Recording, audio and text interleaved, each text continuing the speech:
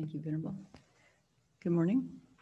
Let's begin with 5 minutes to just settle ourselves in the meditation space. And so check your meditation posture. If you're on a chair, make sure that your feet are flat on the floor and that your back is a little bit away from the back of the chair or the couch, whatever you're sitting on, so that your back is upright and straight. Hands can be in your lap, right, resting on the left. And just bring your gaze into the space in front of you by lowering your head a little bit. Just take a moment to scan through the body. Let go of any tension. Just bring yourself fully to this experience right now.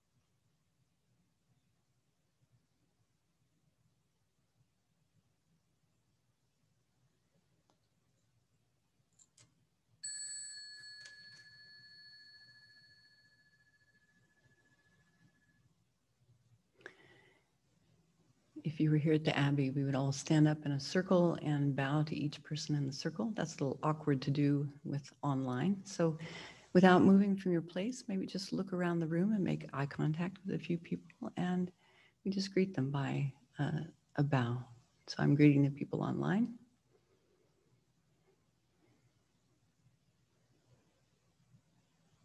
It's a very simple yet powerful practice. And then to set the context for our practice, we can imagine the Buddhas in the space in front, remembering there's never a moment that we are separated from their compassion, their care. And so we bring ourselves fully present to remembering this connection that we have with the Buddhas in the space in front.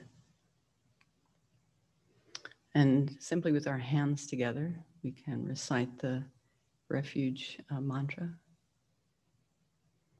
Om Namo Manjushriye Namo Sushriye Namo Uttama Soha. Om Namo Manjushriye Namo Sushriye Namo Uttama Soha. Om Namo Manjushriye Namo Sushriye Namo Uttama Soha. And now we'll do the various mantras to help direct our mind for our practice this morning. You're on page 84 in the Red Book if you have that, otherwise online. Beginning with the multiplying mantra.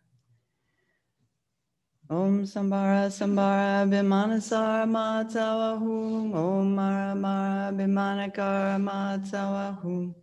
Om Sambara Sambara Bimanasara Matawahum. Om Mara Mara Bimanakara Matawahum.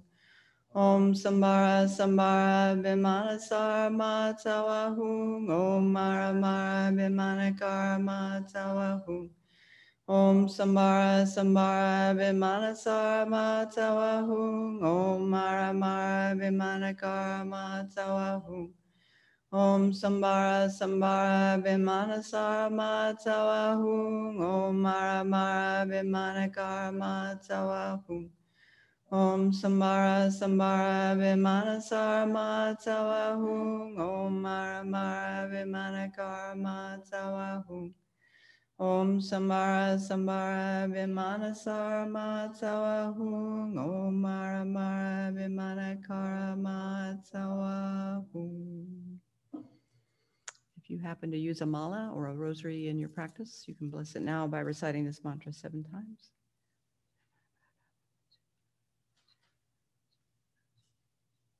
Then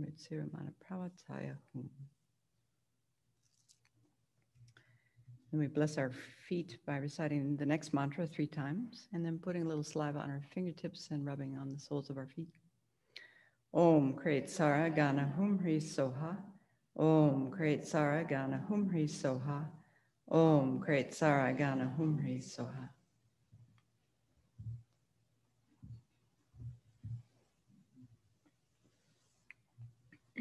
And then blessing our speech first by going for refuge. So visualize Buddha Shakyamuni in the space in front, surrounded by Buddhas and Bodhisattvas.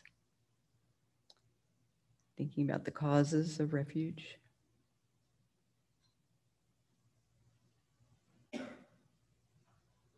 To the 3 jewels, I go for refuge. May I become Buddha for the benefit of migrating beings. To the 3 jewels, I go for refuge. May I become Buddha for the benefit of migrating beings. To the 3 jewels, I go for refuge. May I become Buddha for the benefit of migrating beings.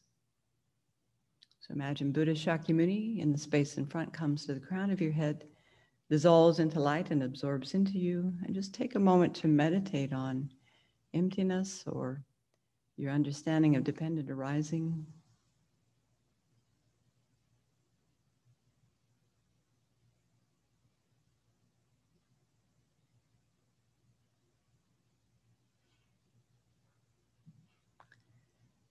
And then you can visualize Buddha Shakyamuni reappearing at your heart, or if you have tantric empowerments, and you can arise, do the instantaneous generation as the deity that you practice.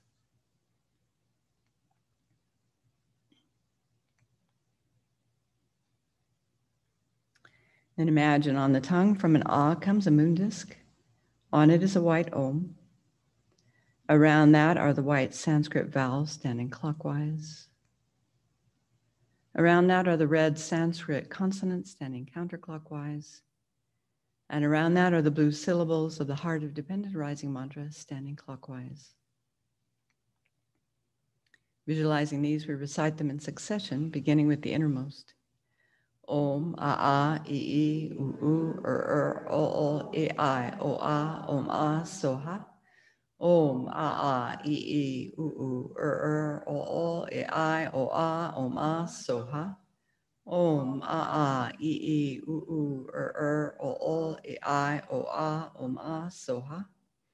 Om kaka gaga nga cha cha cha cha nya tra tra tra tra na ta ta ta ta na pa pa pa pa ma yara lawa sha sha sa hak sa soha.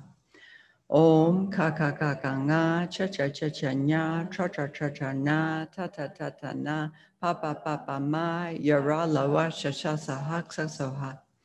Om kaka kaka nga cha cha cha cha nya tra tra tra tra na ta ta ta ta na pa pa pa pa ma yara lawa shasha sahak sa soha. Om ye dharma he tu prabhava he tun te shan tatagato hebedat te shan sayo niroda evam vade maha shramana ye soha.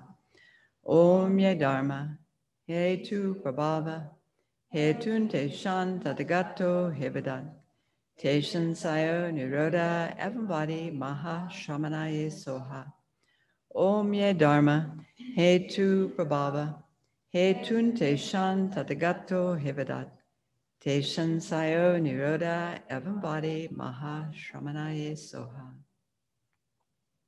That last mantra is the heart of dependent arising, meaning phenomena arise from causes. Those causes have been taught by the Tathagata, and their cessation too has been proclaimed by the great renunciate. Light from the Om and the mantra garlands, all made of light, summons inspiring powers of speech, worldly and supramundane, in the form of the 3 mantras, the 7 perfect royal treasures, the 8 auspicious signs, all made of brilliant light. These collect back and dissolve into the Om and the mantra garlands on our tongue. Then the blue heart of dependent arising mantra dissolves into the red Sanskrit consonants, that into the white Sanskrit vowels, that into the Om and that into the moon disk. This transforms into an Ah, which melts into white and red nectar and dissolves into the tongue, making it the nature of Vajra.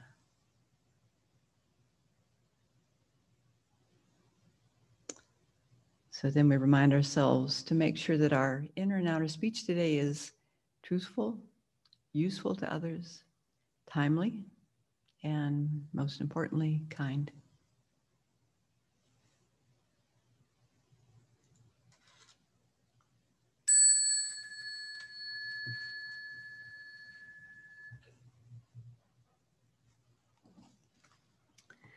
So now we'll do the Bodhisattva's confession of ethical downfalls, which includes the prostrations to the 35 Buddhas.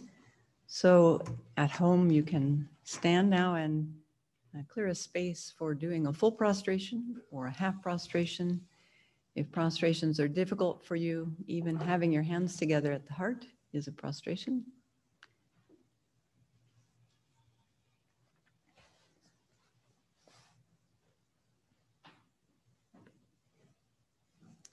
Most important is generating a strong sense of regret for some negative action that we are aware that we've done. And so, or some tendency that we have. So take a moment to generate the power of regret, generating a strong regret for the negativity we've recreated in our own mind that will lead to suffering if we don't do something about it. Most likely, we also shared that negativity with others, so we've harmed others as well.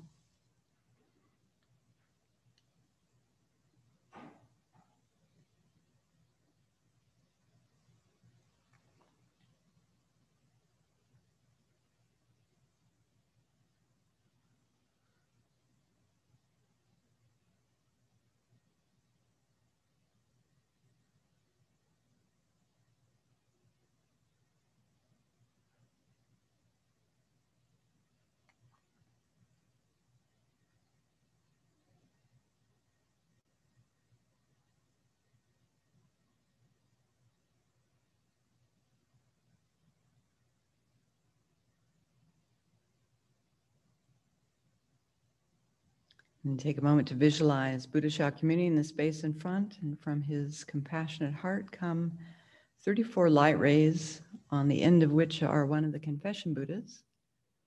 And for simplicity's sake, we visualize them in rows of various colors and various aspects.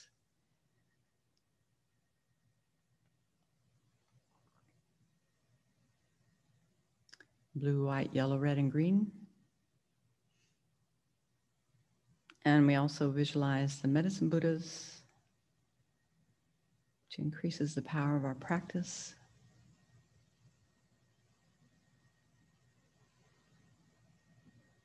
We imagine ourselves surrounded by all sentient beings, and we're leading them in the practice. We can also imagine leading all our past lives, our past incarnations, in doing these prostrations. And we begin with the multiplying mantra. Om Namo Manjushriye Namo Sushriye Namo Uttama Soha. Om Namo Manjushriye Namo Sushriye Namo Uttama Soha. Om Namo Manjushriye Namo Sushriye Namo Uttama Soha. I, Tenzin Tsepal, throughout all times, take refuge in the Gurus. I take refuge in the Buddhas. I take refuge in the Dharma. I take refuge in the Sangha. To the founder, the transcendent destroyer, the one that's gone, the foe destroyer, the fully awakened one, the glorious conqueror from the Shankas, I bow down. To the one that's gone, the great destroyer, destroying the Vajra essence, I bow down. To the one that's gone, the jewel radiating light, I bow down. To the one that's gone, the king with power over the Nagas, I bow down. To the one that's gone, the leader of the warriors, I bow down. To the one that's gone, the glorious blissful one, I bow down. To the one that's gone, the jewel fire, I bow down.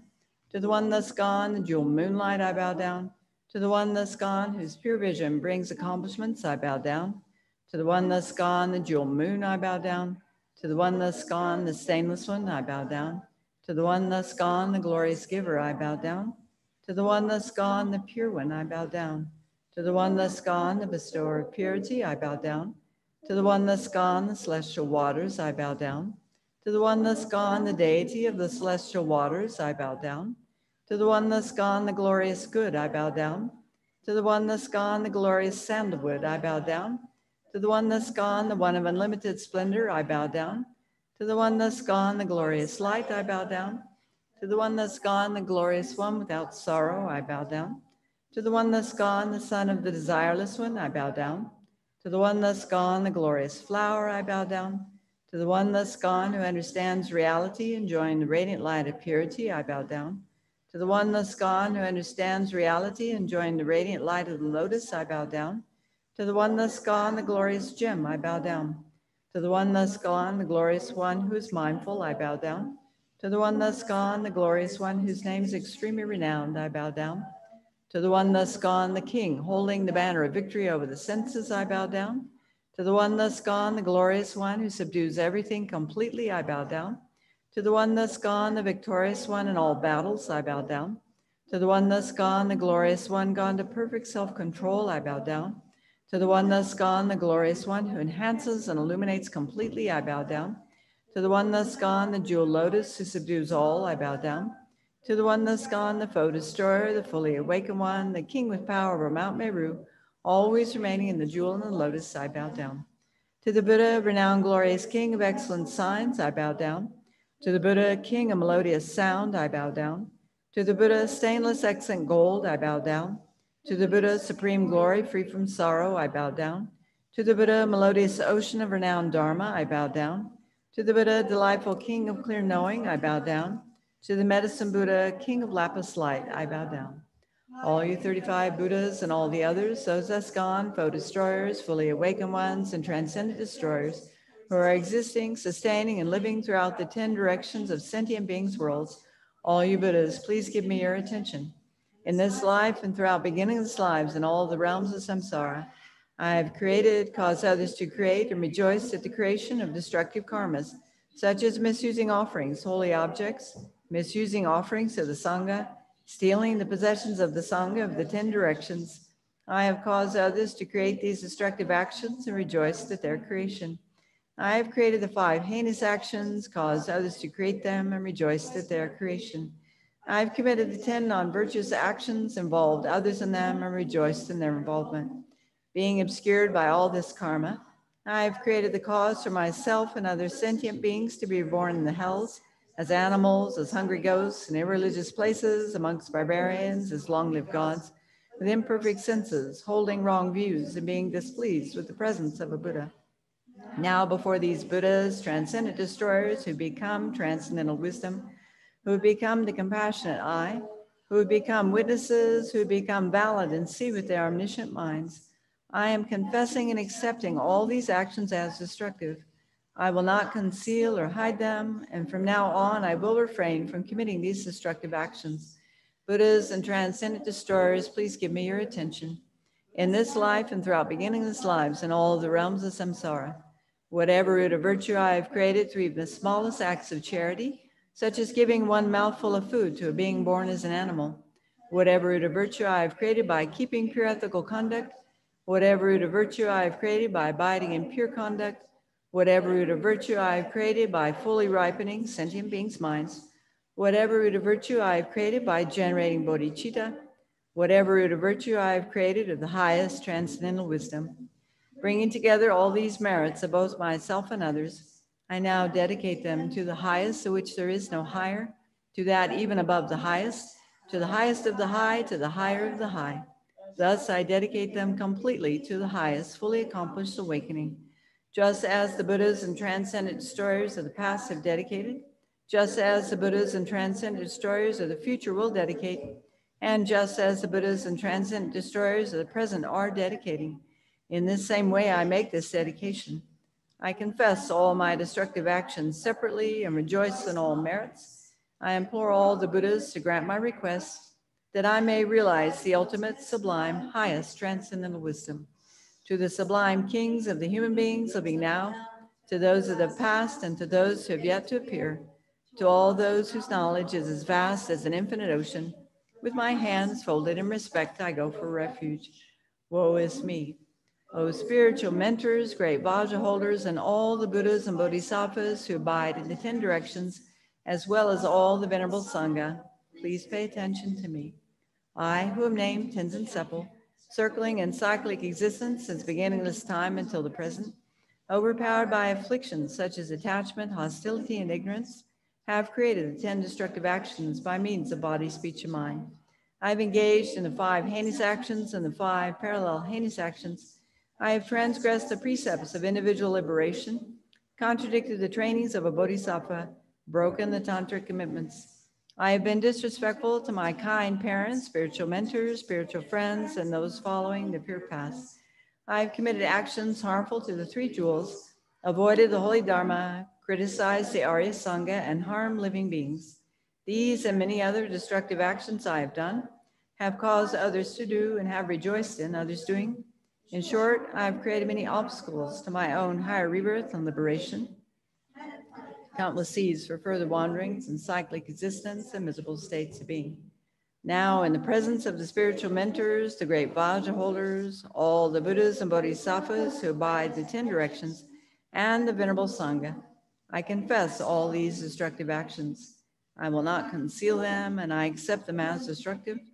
I promise to refrain from doing these actions again in the future. By confessing and acknowledging them, I will attain and abide in happiness, while by not confessing and acknowledging them, true happiness will not come. So just take a moment to continue visualizing the purifying white light streaming into you.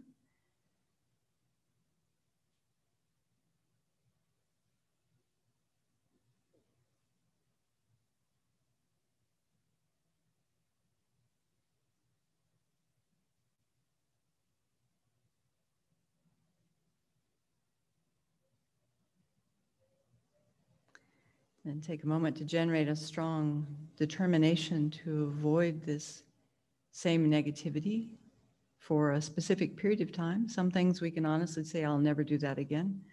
Other things are more habitual, and we have to have a more realistic resolve to avoid doing them, maybe for a day, a half a day, an hour, whatever is realistic. And then just take a moment to think how you're going to keep this determination that we're stating in front of the Buddhas.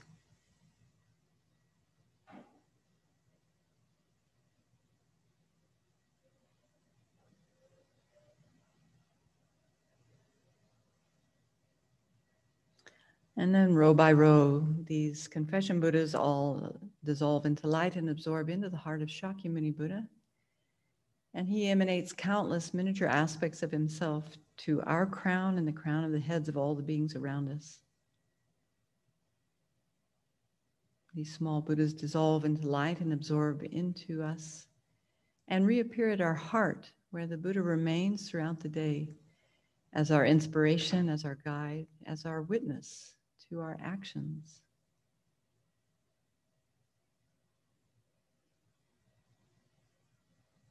And so then we seal the practice with an awareness of the emptiness of the three spheres, thinking about ourselves as the agent of both negative and positive actions, and the actions themselves, and the results of those actions, the karmic seeds, and the eventual ripening of them, even the purification. All of this lacks any inherent existence. It's a dependent arising, coming about due to causes and parts being labeled by the mind, and so it's subject to change.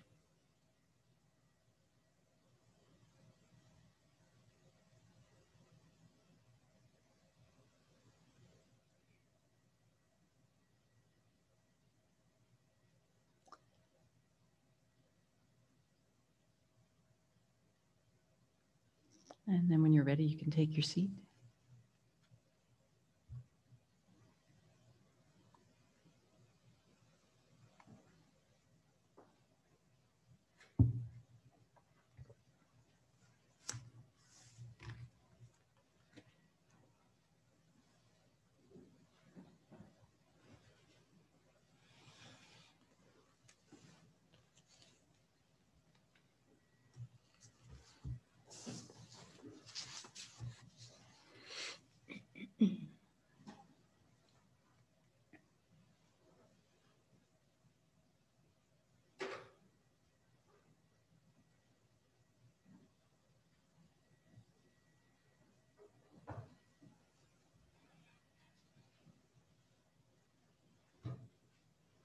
So we'll begin this morning by setting our motivation for the day, and then we'll take 15 minutes to do some placement meditation, stabilizing meditation, either on Buddha Shakyamuni or the breath. And then we'll do the abbreviated recitation of Buddha Shakyamuni, and then we'll finish with an analytic meditation, drawing on some of the points from Geshe Dadul's exquisite teachings. So I was struck by, well, many things that Geshe said yesterday, but one thing that stayed with me, that came to my mind this morning is he said, where we are is cattywampus. And this is a word that Geshe has brought to our vocabulary, or brought to our awareness. Cattywampus means, what is it? Not quite right, kind of off-kilter. And so he said, where we are is cattywampus. And now we should not have any mistake whether this is cattywampus or not. I think he was referring to cyclic existence. The pandemic has really proven it. And it will be like this anytime we come back. I think he was referring to samsara. And our effort is to cattywample, making it a verb, cattywample to someplace better than this, a pure land or precious human rebirth, so that we can continue progressing towards full awakening. But I was struck by how many articles I've seen in the news about when are we going back to normal? How will it look when we get back to normal? When is it that we'll be back to normal? as if this is some anomaly. But if we take a brief look at history, there have been epidemics, pandemics, plagues,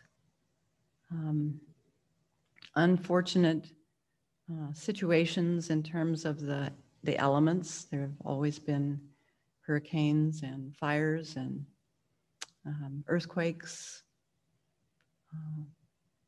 tornadoes. These are not new. These are just part of our samsaric experience. There's a line from the middle scope in the lamrim Chenmo that says, "From beginningless time, you have been conditioned to believe that the wonders of cyclic existence are sources of happiness, and you have habitually projected onto them a false image of beauty." We could include a false image of security as well. And so here we are in this situation of catastrophes, one after another, and feeling like it's unusual, it's out of the ordinary. It's true, we have experienced a period of calm, we could say, from the mid-60s to now. We've had amazing successes in modern science and the medical world. The advent of penicillin and other antibiotics and other medical treatments really has been unprecedented. And yet, people still get sick, people still die. New illnesses emerge, new viruses emerge.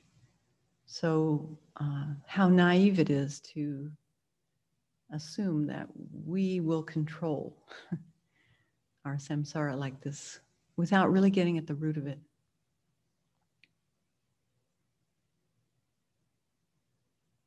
And so, as Arya Deva said, how can one who is not disenchanted with this world appreciate peace? Cyclic existence like home is difficult to leave behind. We're so attached to our projection of what cyclic existence is, not understanding that really it's just a continuous movement from one set of contaminated aggregates to another, subject to all the different kinds of suffering. And as Geshe pointed out yesterday, especially this third type of suffering, which is our contaminated aggregates under the control of karma and afflictions. So from that, we can understand that cyclic existence equals suffering.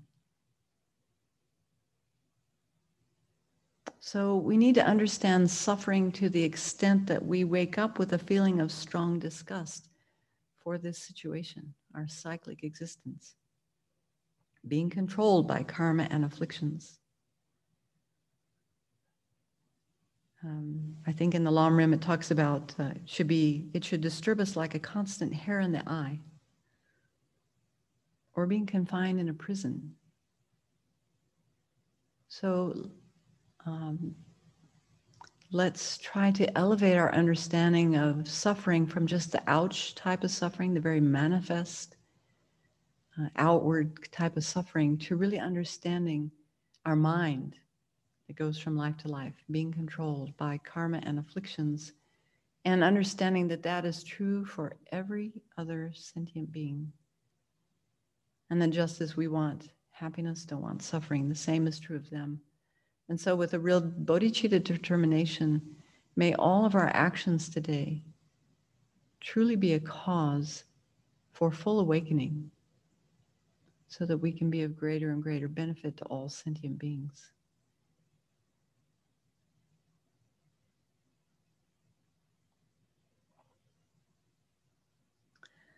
So now you might want to adjust your posture to make sure you have a conducive sitting posture for doing some stabilizing meditation. Make sure your back is straight. If you're in a chair, feet flat on the floor. Right hand resting on the left with the thumbs touching. Shoulders level, relaxed. And the neck tilted slightly forward. Your eyes can be open or closed as you wish. Letting in a little bit of light is helpful for keeping the mind alert. Relaxing the jaw and the tongue. So in this way, we settle our body in its natural state of relaxation. And then taking a deep breath, we can relax our speech in its natural state, our breath in its natural state of relaxation. As you breathe out, just naturally wait until there is an impulse to breathe in again. Letting the breath be completely natural, not forcing it, not controlling it, not manipulating it, just letting it be completely natural. And then bringing our attention, our awareness to simply notice the in-breath, the out-breath.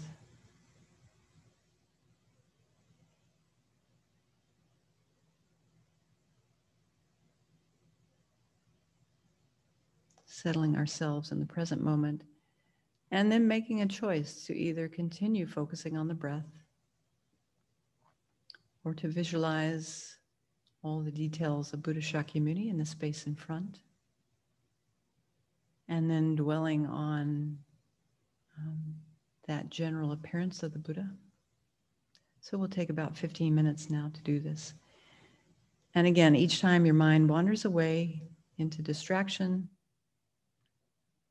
without any judgment or disappointment, just bring your attention back to your object and start again, trying to increase the continuity of our awareness.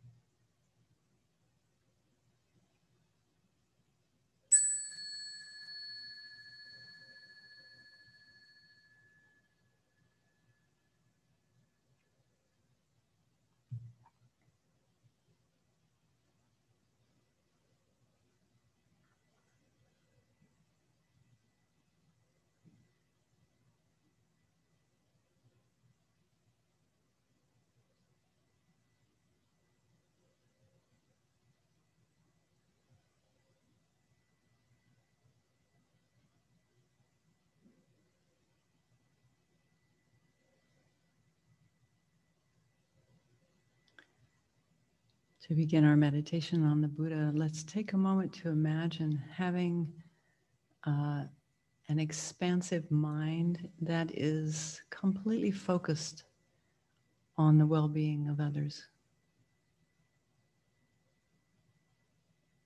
Imagine having a mind that sees each sentient being as a friend, or maybe as a member of our own family, like His Holiness often talks about.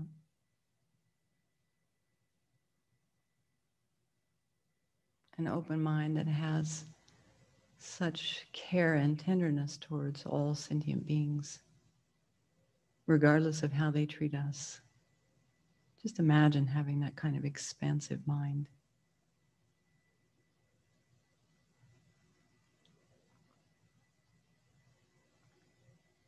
A mind that has stable love, stable compassion,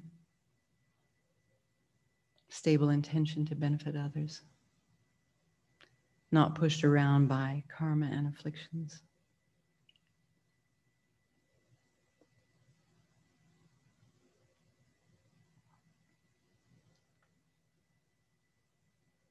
And imagine that expansive mind also taking in with genuine wisdom the reality of the situation, of all beings, of all environments.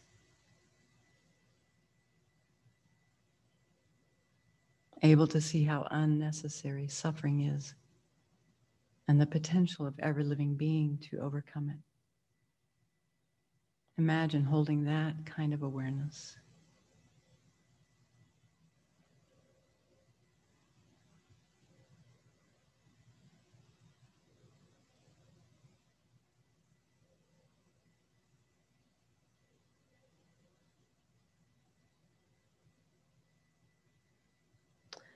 These qualities that we're imagining now appear in the physical form of Buddha Shakyamuni in the space in front of us, sitting on a golden throne, lotus and moon cushion.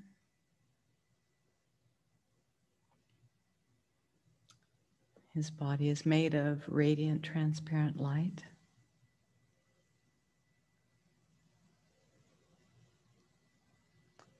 He's wearing the robes of a monastic, showing the importance of pure ethical conduct.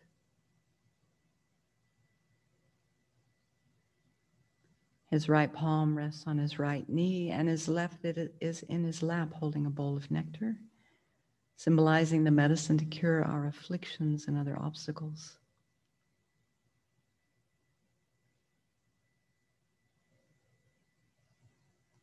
And imagine looking at the Buddha's face, which is very beautiful, very peaceful, smiling, compassionate gaze, looking at each one of us and all sentient beings around us with complete acceptance, complete understanding.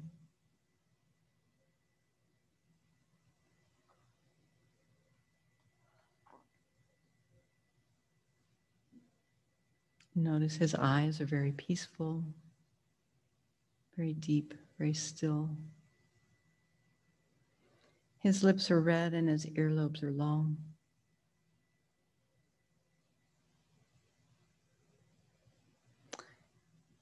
And his body is very luminous, radiating light rays in all directions of the universe.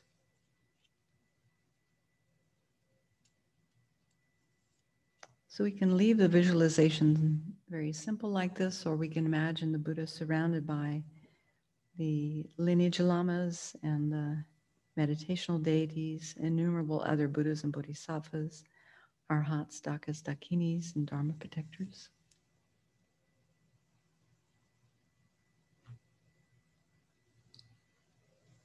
And ourselves surrounded by all sentient beings appearing in human form.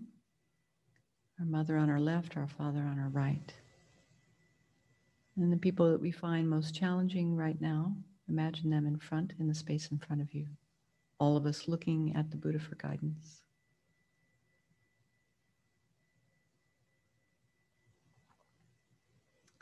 So before we recite the refuge and bodhicitta mantras and verses, we cultivate a sense of refuge by thinking of our actual situation in cyclic existence. Paying attention to our own lack of security, which is so evident now in the pandemic and the economic collapse. Noticing the constant dissatisfaction and suffering.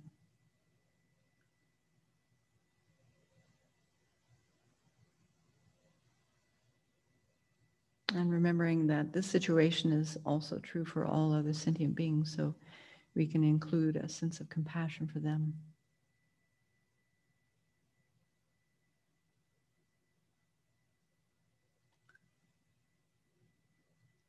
And also calling to mind the fact that the Buddha has overcome all suffering, all obscurations, actualizing the ultimate Dharma, jewel. And so we can have confidence in his ability to guide us.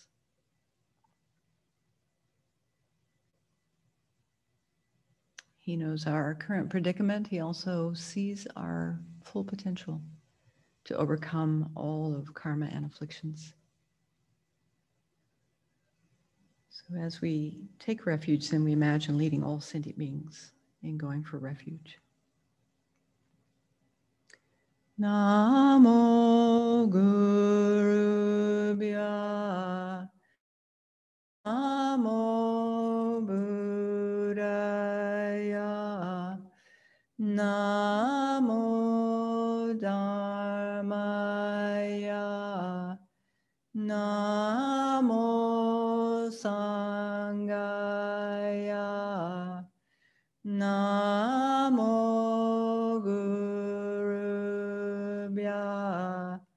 Namo Buddhaya,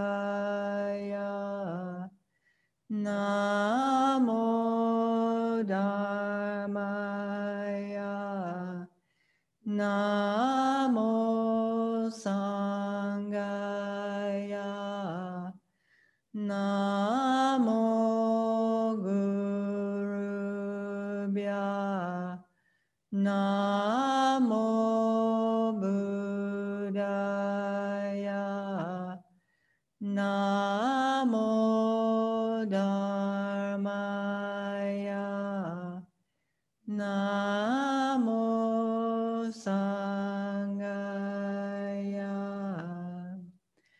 I take refuge until I have awakened in the Buddha, the Dharma, and the Sangha. By the merit I create by engaging in generosity and the other far-reaching practices, I will attain Buddhahood in order to benefit all sentient beings. I take refuge until I have awakened in the Buddha, the Dharma, and the Sangha. By the merit I create by engaging in generosity and the other far-reaching practices, I will attain Buddhahood in order to benefit all sentient beings. I take refuge until I have awakened in the Buddha, the Dharma, and the Sangha.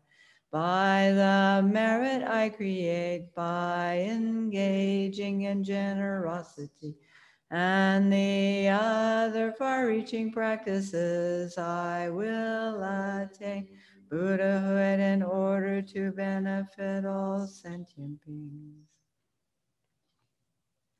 To support our bodhicitta aspiration, then we'll recite the four immeasurables and take just a few minutes to contemplate one of them, calling specific people to mind. May all sentient beings have happiness and its causes. May all sentient beings be free of suffering and its causes. May all sentient beings not be separated from sorrowless bliss. May all sentient beings abide in equanimity, free of bias, attachment, and anger.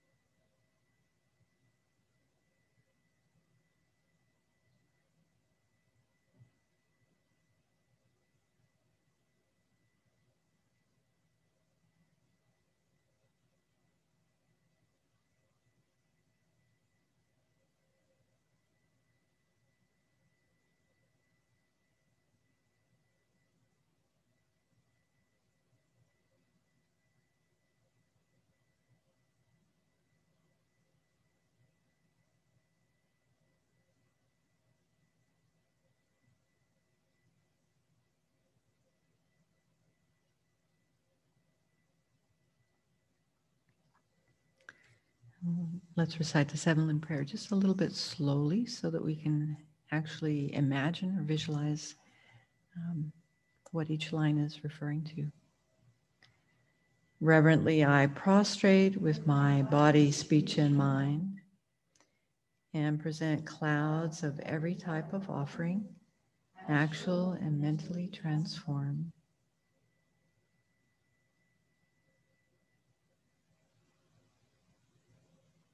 I confess all my destructive actions accumulated since beginningless time.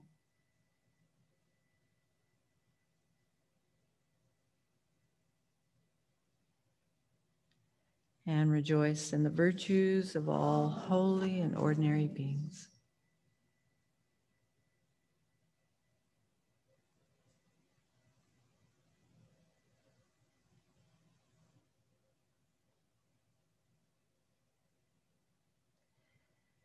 Please remain until cyclic existence ends.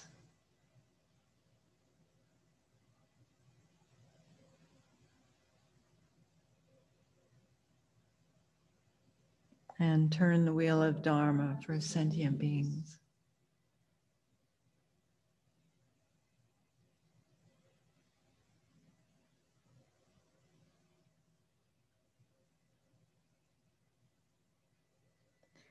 I dedicate all the virtues of myself and others to the Great Awakening.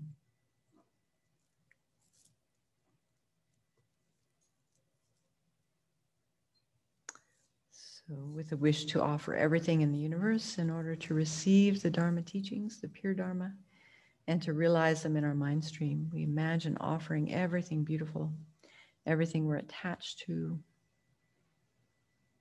everything we're wishing for, aspiring for.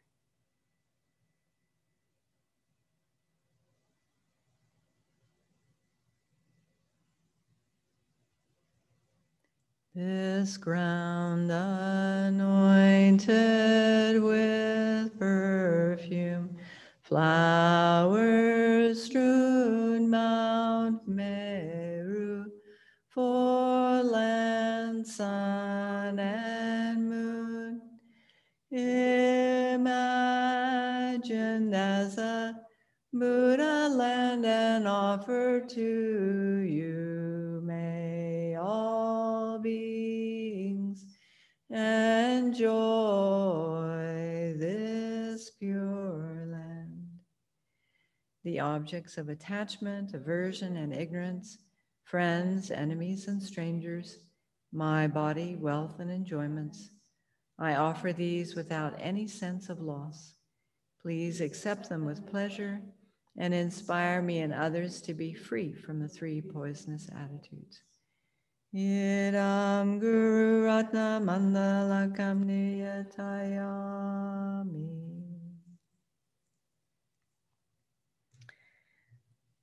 So then as we make requests for inspiration and recite the Buddha's mantra, we can imagine a continuous stream of purifying white light flowing into us, as well as a stream of golden light bringing all the realizations of the Buddhas and Bodhisattvas into each one of us and those beings surrounding us.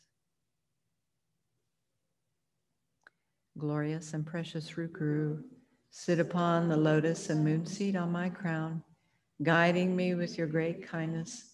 Bestow upon me the attainments of your body, speech, and mind, the eyes through whom the vast scriptures are seen, supreme doors for the fortunate who would cross over to spiritual freedom, illuminators whose wise means vibrate with compassion. To the entire line of spiritual mentors, I make request. Tayata Om Mune Mune Maha Munaye Soha. Tayata Om Mune Mune Maha Munaye Soha. Tayata Om Mune Mune Maha Munaye Soha. Tayata Om Mune Mune Maha soha. Tayata o mune mune maha mune soha. Tayata o mune mune maha mune soha. Tayata o mune mune maha mune soha.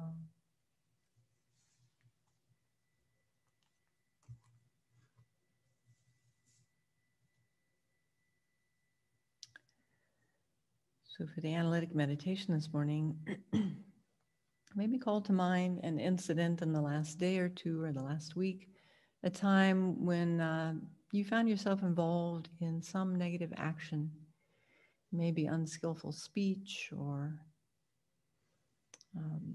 some unskillful action.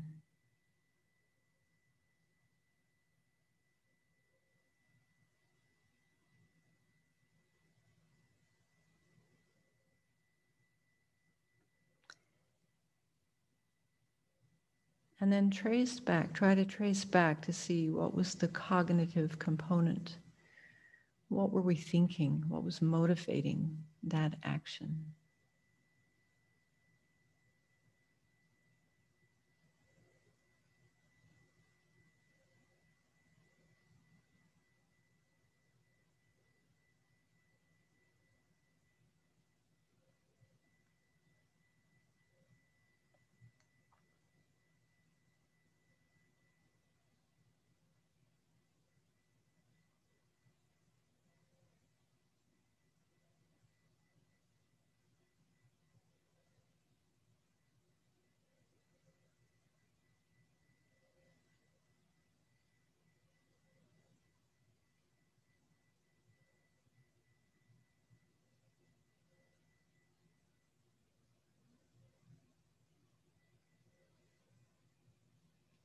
And then see if you can trace back to see what was the sense of I at that moment.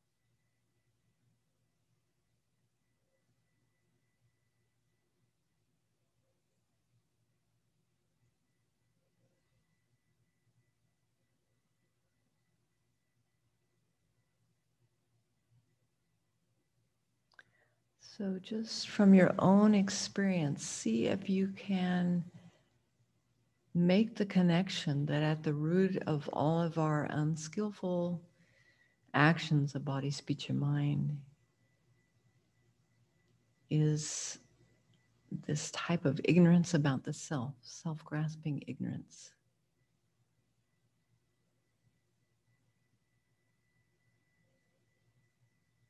And particularly self-grasping ignorance, or the grasping at a self in our own continuum, our own mind.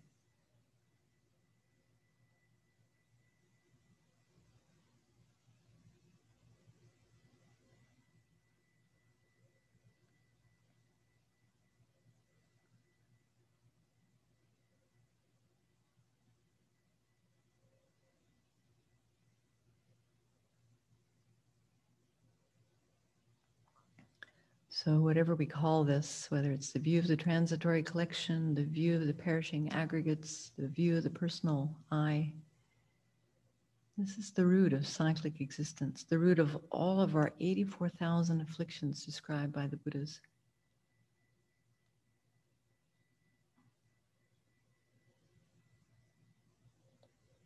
So let's investigate, what is this view of the personal I, this grasping at a self, a person in our own continuum? What is the existent object that it's actually focusing on? It has to exist. So what is the focal object?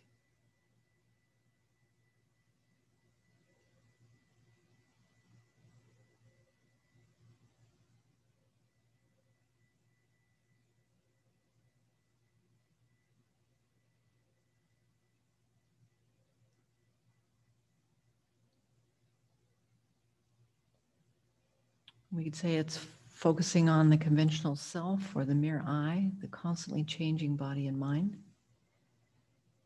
And notice how it's holding that self to exist.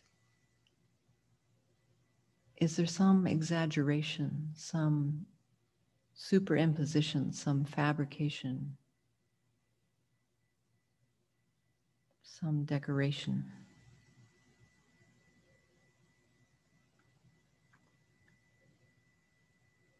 Does that self seem completely independent from causes and conditions, for example, or parts?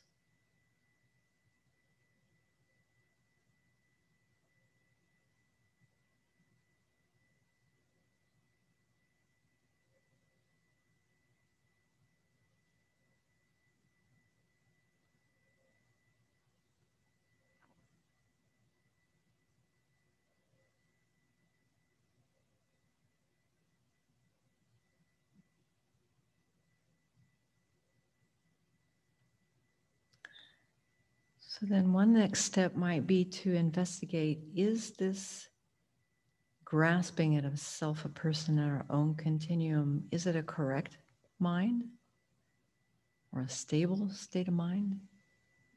Could we develop it to a greater and greater extent such that no other consciousness could contradict or counter or harm it?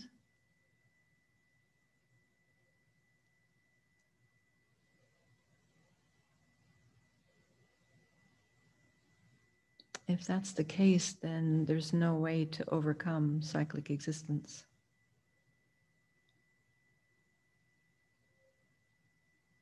There's no way to get rid of this ignorance. And if it can't be developed to a greater and greater extent, that means that we can counter that erroneous state of mind, that wrong consciousness. So let's investigate.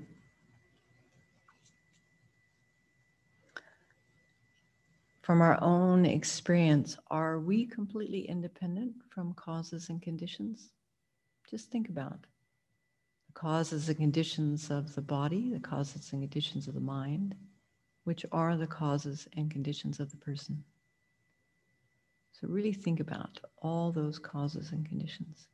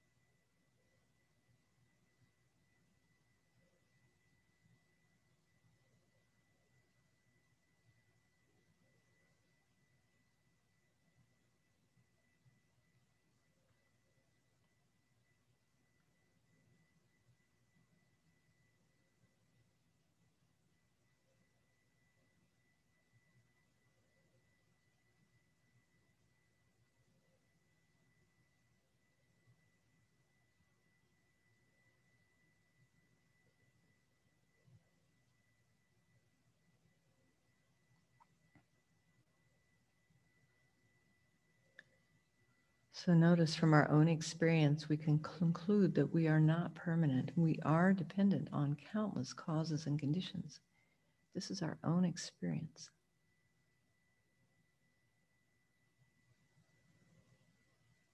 And then investigate. How does the I exist? Is it dependent on parts?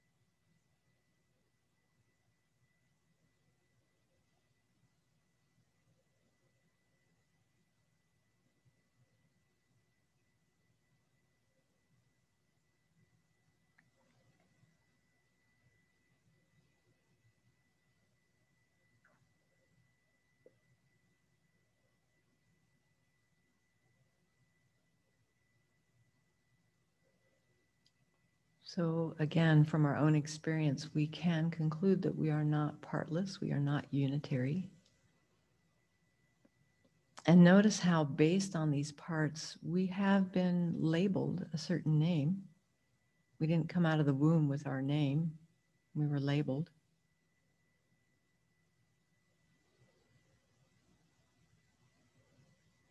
Labeled by term and conception.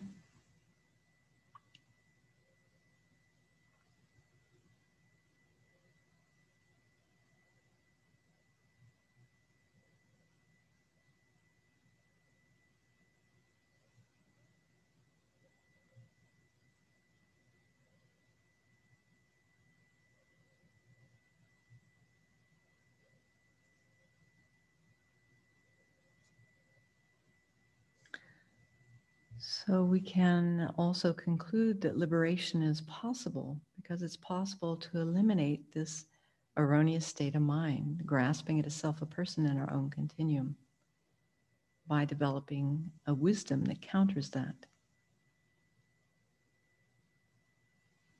If we counter that original self-grasping ignorance in our own continuum, we also counter the afflictions that it gives rise to. We counter the afflictive actions, the contaminated actions.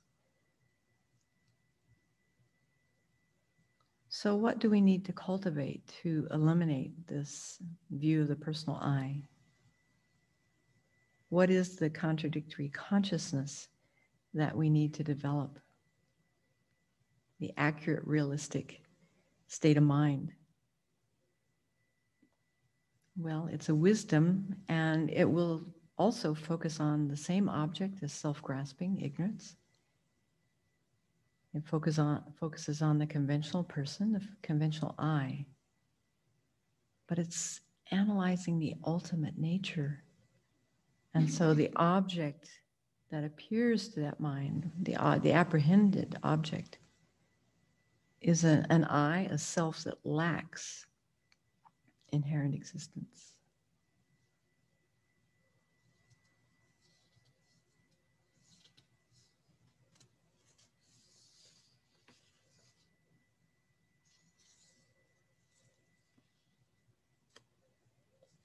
So we can begin to understand that grasping at a self, a person in our own continuum doesn't have a basis in reality. And see that the wisdom that realizes selflessness has a basis in reality. Because in reality, the person is empty of inherent existence.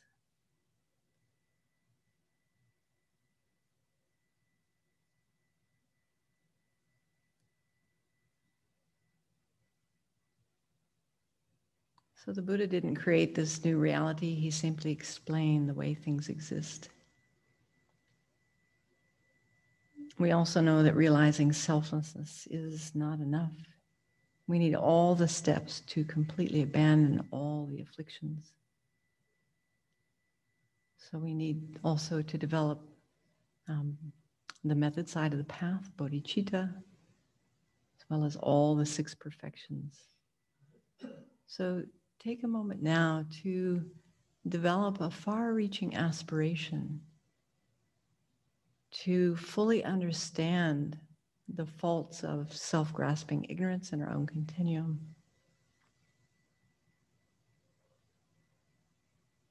And also the strong aspiration to continue investigating teachings on emptiness and dependent arising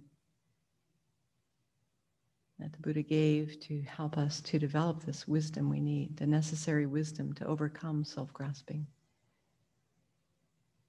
Venerable Children has been teaching on Thursday mornings the value of these far-reaching aspirations. So see how committed you are to this Buddhist experiment of overcoming suffering.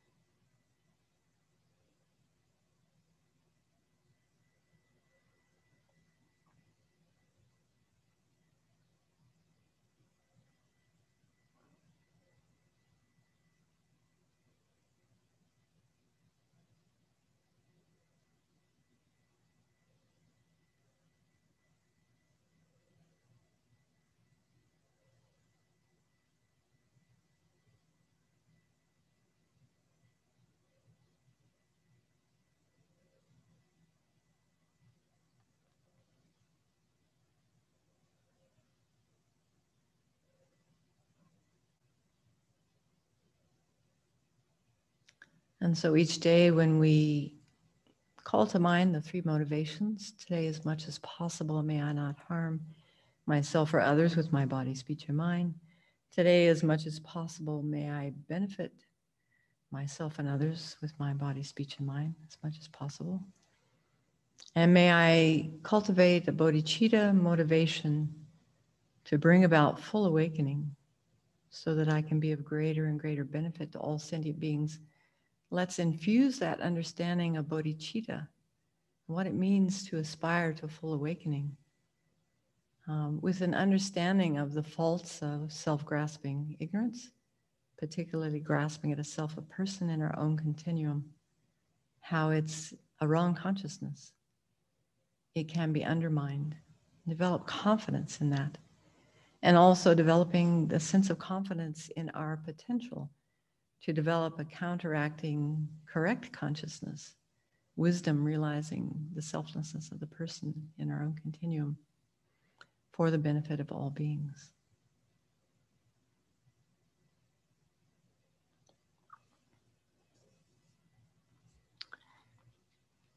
So then we'll dedicate. Imagine Buddha Shakyamuni coming to the crown of your head, dissolving into light and absorbing into you, again reappearing at the heart, where he remains as our guide, our inspiration, our greatest cheerleader, and our witness. Due to this merit, may we soon attain the awakened state of Guru Buddha, that we may be able to liberate all sentient beings from the suffering. May the precious Bodhi mind, not yet born, arise and grow. May that born have no decline, but increase forevermore. The monastic mind motivation. Having a monastic mind benefits our Dharma practice, whether we are monastics or lay practitioners. A monastic mind is one that is humble, imbued with the Buddhist worldview, dedicated to cultivating mindfulness, clear knowing, love, compassion, wisdom, and other good qualities. Being mindful of the kindness I have received from all sentient beings, I will relate to them with patience, kindness, and compassion.